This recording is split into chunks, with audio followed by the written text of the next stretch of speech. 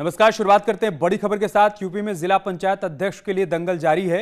सवाल यह है कि पंचायत चुनाव में किसका परचम लहराएगा। जिला पंचायत अध्यक्ष का चुनाव किस ओर जा रहा है। 3 जुलाई को वोटिंग है, लेकिन 26 जून से ही पूरे यूपी में हलचलें बढ़ गई हैं। आरोप प्रत्यारोप के बीच 18 उम्मीदवार निर्विरोध चुन लिए गए हैं। 18 में से 17 बीजेपी के प्रत्याशी निर्विरोध चुने गए हैं, तो एसपी का एक उम्मीदवार सिर्फ इटावा की सीट पर निर्विरोध चुना गया है। बाकी सीटों में 3 जुलाई को वोटिंग होगी और उम्मीदवारों के भविष्य का फैसला होगा। लेकिन इससे पहले विपक्ष ने बीजेपी पर गंभीर आरोप लगाए हैं। समाजवादी पार्टी का आरोप है कि सरकार की मदद से उनके प्रत्याशियों के नामांकन रोके गए हैं। उत्तर प्रदेश के जिला पंचायत अध्यक्षों के चुनाव में जिस तरह से भारतीय जनता पार्टी ने सरकार की मशीनरी का दुरुपयोग किया, उससे तांडव करवाया, ये सीधे सीधे लोकतंत्र की हत्या है। और आने वाले 2022 के चुनाव में जनता भारतीय जनता पार्टी को हरा के इसका मुंह तोड़ जवाब देगी। समाजवादी पार्टी सबसे ज्यादा हंगामा वाराणसी में रद्द हुए नामांकन को लेकर कर रही है। वाराणसी जिला पंचायत अध्यक्ष पद पर चुनाव का सस्पेंस देर रात तक बना रहा और आखिर में रात 11 बजे के करीब एसपी उम्मीदवार चंदा यादव का नामांकन खारिज हो गया। बीजेपी के उम्मीदवार पूनम मौर्य के कागजात सही पाए गए, इसलिए उनका नामांकन हो गया। लेकिन विरोध में किसी के नहीं होने की वजह से बीजेपी की पूनम मौर्य निर्विरोध चुन ली गई। एसपी यहां भी बीजेपी पर आरोप लगा रही है। पर्चा खारिज आज हमारा एक नोटिस बना था, नोटरी जिसको कहते हैं, उसी के आधार पर लोग खारिज किए हैं। एक पर्चा उनका भी खारिज हुआ है, एक सेट हमारा भी खारिज हुआ, एक सेट उनका। दो सेट में था आप लोग? 2 सेट था। और कोई ऐसी बात नहीं है। और सत्ता के हनक पर भाजपा के कार्यकर्ता के रूप में काम कर रहे हैं डीएम साहब। बीजेपी के ज्यादा उम्मीदवार निर्विरोध चुने जाने पर समाजवादी पार्टी ने 11 जिला अध्यक्षों को हटा दिया है, लेकिन बीजेपी जीत का जश्न मना रही है। अब आइए देखते हैं कि वो कौन से 17 जिले हैं जहां पर बीजेपी के 17 उम्मीदवार निर्विरोध चुने गए हैं। सीएम सिटी यानी गोरखपुर से साधना सिंह, अमरोहा से ललित तंवर जीते हैं, झांसी से पवन गौतम निर्विरोध चुने गए हैं, गोंडा से घनश्याम मिश्रा निर्विरोध चुने गए हैं, गाजियाबाद से ममता त्यागी, इसी तरीके से बलरामपुर से आरती तिवारी, आगरा से मंजू भदौरिया निर्विरोध चुन ली गई हैं, मुरादाबाद से शेफाली सिंह, मऊ से मनोज राय और ललितपुर से कैलाश नारायण, जबकि मेरठ से गौरव चौधरी और बुलंदशहर से डॉक्टर अंतुल तेवतिया, गौतम बुद्ध नगर से अमित चौधरी, चित्रकूट से अशोक जाटव, श्रावस्ती से दद्दन मिश्रा और बांदा से सुनील पटेल निर्विरोध चुने गए हैं।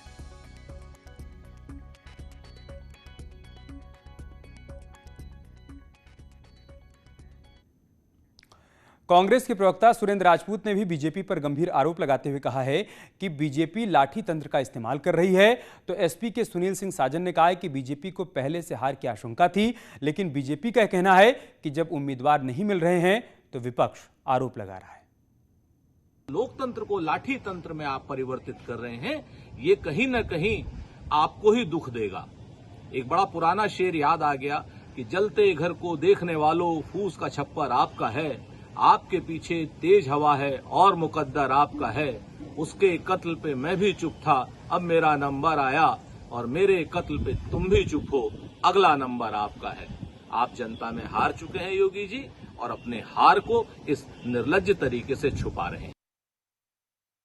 देखिए, समाजवादी पार्टी ने पहले चुनाव से पहले ही आशंका व्यक्त की थी कि भारतीय जनता पार्टी जनता के बीच चुनाव हार गई है और अब वो जबरन चुनाव अगर जीतना चाहते हैं।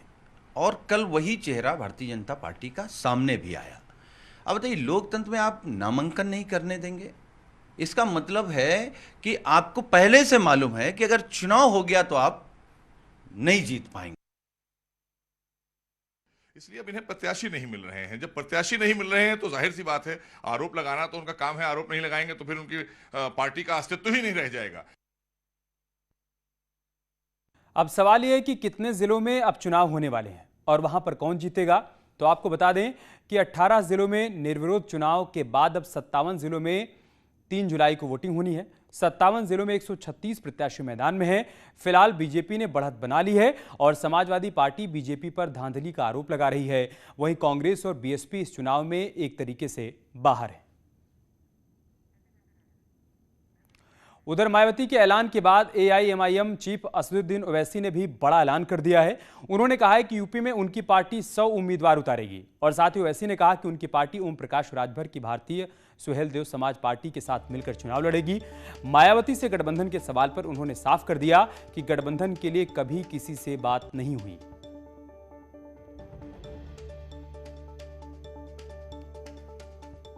हमारा भी तो किसी से गठबंधन नहीं है। हमारा तो अभी तक हम तो राजभर साहब के साथ हैं भागीदारी संकल्प मोर्चा के तहत, और हमारे पार्टी के यूपी के प्रेसिडेंट ने इस बात का ऐलान भी किया कि हम एमआईएम पार्टी आने वाले 2022 के असेंबली चुनाव में हम 100 असेंबली सीट पर इंतखाबात में हिस्सा लेंगे। हमने लोगों से एप्लीकेशन लेना भी शुरू कर दिया। इससे पहले बीएसपी अध्यक्ष मायावती ने ऐलान किया कि आने वाले विधानसभा चुनाव में यूपी में बीएसपी अकेले लड़ेगी और साथ ही मायावती ने एआईएमआईएम के साथ गठबंधन की खबरों को गलत बताया। अगले साल होने वाले विधानसभा चुनाव को लेकर बीएसपी अध्यक्ष मायावती ने बड़ा ऐलान किया। मायावती ने कहा कि बीएसपी किसी भी दल के साथ गठबंधन नहीं करेगी। ओवैसी की पार्टी के साथ गठबंधन की खबर को पूरी तरीके से गलत बताया। मायावती ने ट्वीट करके लिखा कि मीडिया के एक न्यूज चैनल में कल से खबर प्रसारित की जा रही है कि यूपी में आगामी विधानसभा चुनाव ओवैसी की पार्टी व बीएसपी मिलकर लड़ेगी। ये खबर पूर्णतः गलत, भ्रामक व तथ्यहीन है। इसमें रत्ती भर भी सच्चाई नहीं है तथा बीएसपी इसका जोरदार खंडन करती है। इस संबंध में पार्टी द्वारा फिर से यह स्पष्ट किया जाता है कि पंजाब को छोड़कर यूपी व उत्तराखंड प्रदेश में अगले वर्ष के प्रारंभ में होने वाला विधानसभा चुनाव या आम चुनाव बीएसपी किसी भी पार्टी के साथ कोई भी गठबंधन करके नहीं लड़ेगी, अर्थात अकेले ही लड़ेगी। इधर समाजवादी पार्टी के अध्यक्ष अखिलेश यादव ने वादा किया है कि चाहे जैसी मुश्किल हो मिलजुल कर साथ निभाएंगे। सुख दुख में साथ निभाया है, सुख दुख में साथ निभाएंगे। दरअसल अखिलेश ने एक वीडियो ट्वीट किया है जिसमें गाने के जरिए वो जनता से तमाम वादे। आगे बढ़ते हैं, महिलाओं पर अभद्र टिप्पणी करने वालों में एक और नाम जुड़ गया है। वो नाम है समाजवादी पार्टी के नेता और पूर्व मंत्री नारद राय का। उनका वीडियो तेजी से वायरल हो रहा है जिसमें वो जिला पंचायत अध्यक्ष पद के नामांकन के लिए जुटे पार्टी कार्यकर्ताओं को संबोधित करते वक्त महिलाओं के लिए अभद्र भाषा का इस्तेमाल करते हुए दिख रहे हैं। वीडियो बलिया का बताया जा रहा है जहां शनिवार को समाजवादी पार्टी कार्यालय पर कार्यकर्ताओं का हुजूम इकट्ठा था। मौका था जिला पंचायत अध्यक्ष पद के लिए प्रत्याशी आनंद चौधरी के नामांकन का। ऐसे में जोश में आए नारद राय अपनी मर्यादा भूल गए और महिलाओं के लिए अभद्र भाषा का इस्तेमाल करने लगे।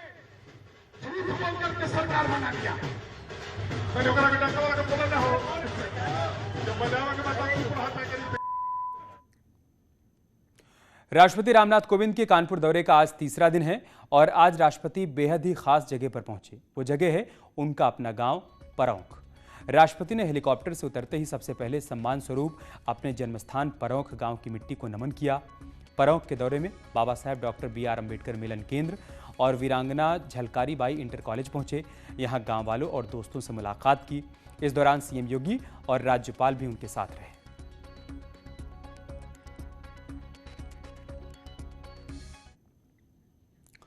राष्ट्रपति रामनाथ कोविंद ने अपार प्यार के लिए अपने गांव वालों का धन्यवाद किया और साथ ही उन्होंने गांव वालों से कहा कि दिल्ली आए तो एक बार राष्ट्रपति भवन जरूर आए।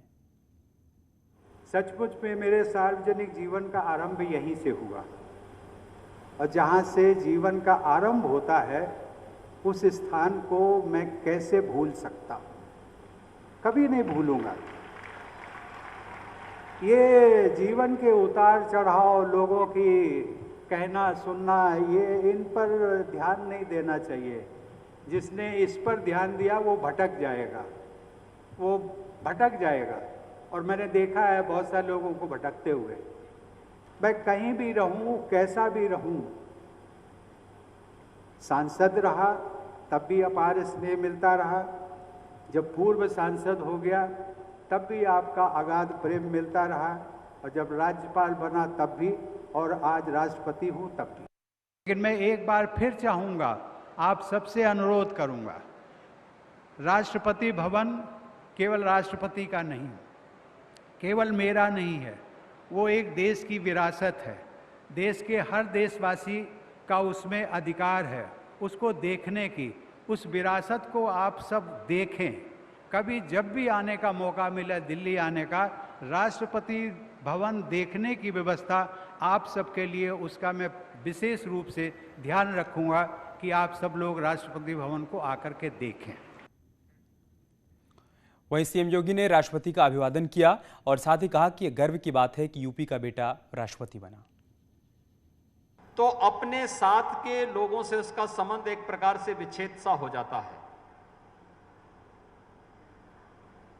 लेकिन हमारे राष्ट्रपति जी के साथ ऐसा कभी नहीं रहा। उन्होंने जिस भी पद की गरिमा को बढ़ाया, जिस भी पद का निर्वहन किया, अपने कृतित्व से उसकी गरिमा को और उसके गौरव को बढ़ाने का कार्य ही किया। वह पद उनकी उपस्थिति से गौरवमयी हुआ, गरिमामयी हुआ और हर एक व्यक्ति उनके साथ एक आत्मीय संवाद बनाने में अपने आप को गौरव की अनुभूति करता है। और आज अपने गांव में सभी से मिलने के बाद राष्ट्रपति का कानपुर दौरा समाप्त हो गया। अब राष्ट्रपति कल लखनऊ जाएंगे। वो प्रेसिडेंशियल एक्सप्रेस से कल सुबह 11:50 पर चारबाग रेलवे स्टेशन पहुंचेंगे। राष्ट्रपति के दौरे को देखते हुए सुरक्षा के पुख्ता इंतजाम किए गए हैं।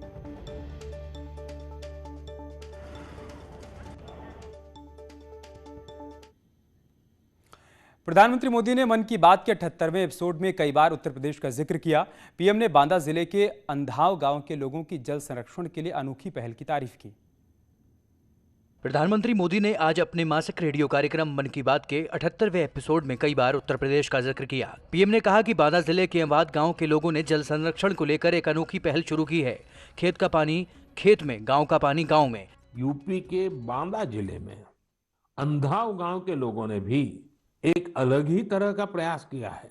उन्होंने अपने अभियान को बड़ा ही दिलचस्प नाम दिया है, खेत का पानी खेत में, गांव का पानी गांव में। इस अभियान के तहत गांव के कई 100 बीघे खेतों में ऊंची ऊंची मेड़ बनाई गई है। मन की बात में पीएम ने मुजफ्फरनगर की प्रियंका गोस्वामी का जिक्र किया, जो टोक्यो ओलंपिक में रेस वॉकिंग की कंटेस्टेंट हैं। उत्तर प्रदेश के मुजफ्फरनगर की प्रियंका गोस्वामी जी का जीवन भी बहुत सीख देता है। प्रियंका के पिता बस कंडक्टर है। बचपन में प्रियंका को वो बैग बहुत पसंद था जो मेडल पाने वाली खिलाड़ियों को मिलता है। इसी आकर्षण में उन्होंने पहली बार रेस वॉकिंग प्रतियोगिता में हिस्सा लिया था। अब आज वो इसकी बड़ी चैंपियन है। इसके अलावा प्रधानमंत्री मोदी ने उत्तर प्रदेश बीजेपी के 4 कार्यकर्ताओं के निधन पर परिवार को शोक संदेश भेजा है। पीएम मोदी ने जिन परिवारों के नाम संदेश भेजा है उनमें लखनऊ के प्रदीप भार्गव, कासगंज के पूर्णेंद्र प्रताप सिंह, झांसी के प्रियंका सोनी और कानपुर के सौरव वाजपेयी शामिल हैं। पीएम ने चारों ही परिवारों को पत्र लिखकर अपनी शोक संवेदना व्यक्त की है, साथ ही परिवार को ढांढस बंधाया है। प्रधानमंत्री नरेंद्र मोदी ने उत्तर प्रदेश भाजपा कार्यकर्ताओं के निधन पर शोक व्यक्त किया है। इसमें झांसी की प्रियंका हैं, कानपुर के सौरभ हैं, कासगंज के पूर्णेंद्र हैं और लखनऊ के प्रदीप हैं। सभी के परिजनों को भेजे शोक संदेश में प्रधानमंत्री ने कहा है कि इन लोगों के जाने से अपूर्णीय क्षति हुई है और इनके सदैव जो उच्च विचार थे और जो उनका पार्टी के लिए समर्पण था उसे हमेशा याद रखा जाएगा। आज उनकी स्मृतियां हमारे साथ हमेशा रहेंगी और ये जो अपूर्णीय क्षति हुई है इसको शब्दों में नहीं बयान किया जा सकता। प्रधानमंत्री का कार्यकर्ताओं को ये पत्र लिखना सीधा एक राजनीतिक संदेश देता है कि प्रधानमंत्री अपने कार्यकर्ताओं के साथ कितनी संवेदना रखते हैं और कैसे वो सीधे जुड़े हुए हैं।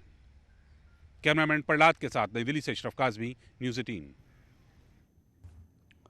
और अब बात करते हैं एक बड़ी खबर के। हरिद्वार कुंभ में हुए कोविड टेस्ट घोटाले की जुडिशियल जांच को लेकर कांग्रेस का विरोध प्रदर्शन जारी है। पार्टी के बड़े नेता दिल्ली में नेता प्रतिपक्ष को लेकर व्यस्त हैं, लेकिन बीजेपी के खिलाफ हल्ला बोल कार्यक्रम आज भी चला। कांग्रेस ने जिला मुख्यालयों पर प्रदर्शन किया और प्रदेश सरकार का पुतला फूंका। कांग्रेस का कहना है कि आने वाले दिनों में न्याय पंचायत स्तर तक विरोध प्रदर्शन किया जाएगा। वहीं बीजेपी का कहना है कि कांग्रेस मामले का खुलासा नहीं होने देना चाहती है।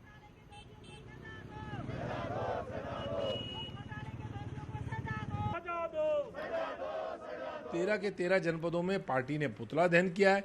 इसके बाद हम 70 की 70 विधानसभाओं में प्रदर्शन करेंगे।